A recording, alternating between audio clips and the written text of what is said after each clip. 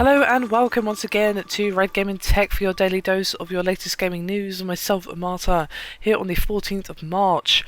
This time I'm bringing you some news regarding some PS4 and Xbox One sales figures, again coming from NPD.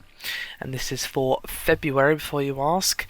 Now, one good piece of news that came from NPD's figures is that the US games industry managed to shake off months of declines in February 2014, as strong next-gen hardware and software sales drove overall year-on-year growth in that particular month. Now, retail sales across hardware, software and accessories grew 9% to around $887 million, which is over the $810 million which was made in February 2014, and of course this is from NPD's latest report.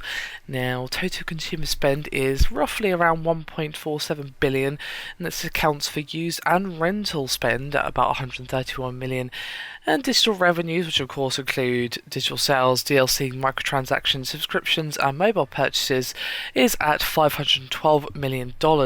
Now, PS4 is leading hardware sales again in the month. However, they beat Xbox One by, quote, a narrow margin, and that came from the NPD Group's Liam Callahan. The Xbox One sold over 90% of what the PS4 sold, according to them, and he said, quote, however, with Xbox One's higher price point, it led hardware sales on a dollar basis. And Microsoft did report that Xbox One sales were at 258,000 units sold in February. Now, Sony is yet to announce the official PS4 sales for the months. Microsoft's figure, combined with what NPD said, gives you a rough figure of PS4 sales of roughly 286,000 for February. Now, of course, strong sales in both the machines drove significant increases in hardware sales, which were up about 42% year-on-year, and went to $347 million over the $244 million that was made last year. And home console sales were, as you might expect, up a significant margin, 60% over the prior year. Now, software sales were also pretty positive, with the Xbox One and PS4's combined first 4 months software sales basically outpacing the launch for both the PS3 and Xbox 360 by about 80%, and Microsoft is claiming that roughly 2.75 Xbox One games are being sold by per console. And Wii U and 3DS software sales were also up, and were driven by strong performances from new releases by the name of Bravely Default on 3DS and Donkey Kong Country Tropical Freeze on the Wii U. So there you have it, the updated sales figures for both consoles and the general software sales for you from NPD. So what can we take from this? Well, pretty much that the race between the PS4 and the Xbox One is an extremely close one.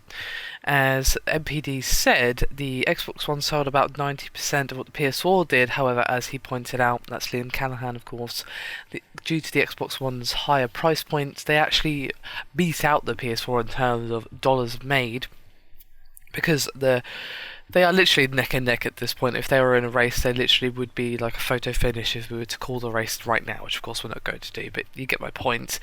So it's good to see a strong and competitive race between the two of them, one console trouncing the other regardless of who it happens to be. It's not really good for the industry, to be honest with you, so I'm glad to hear that both consoles are going strong, and I look forward to some interesting releases. I think E3 has my interest this year more than any other year, because, well, now that the next-gen consoles are out, we should be seeing some interesting releases in that time. Now, of course, it's quite a ways away just yet, but still, I am looking forward to it. I think it should be an interesting year for everyone involved. Anyway, that is me done for this video. Hope you've enjoyed it. Thank you very much for watching, and I'll see you next time.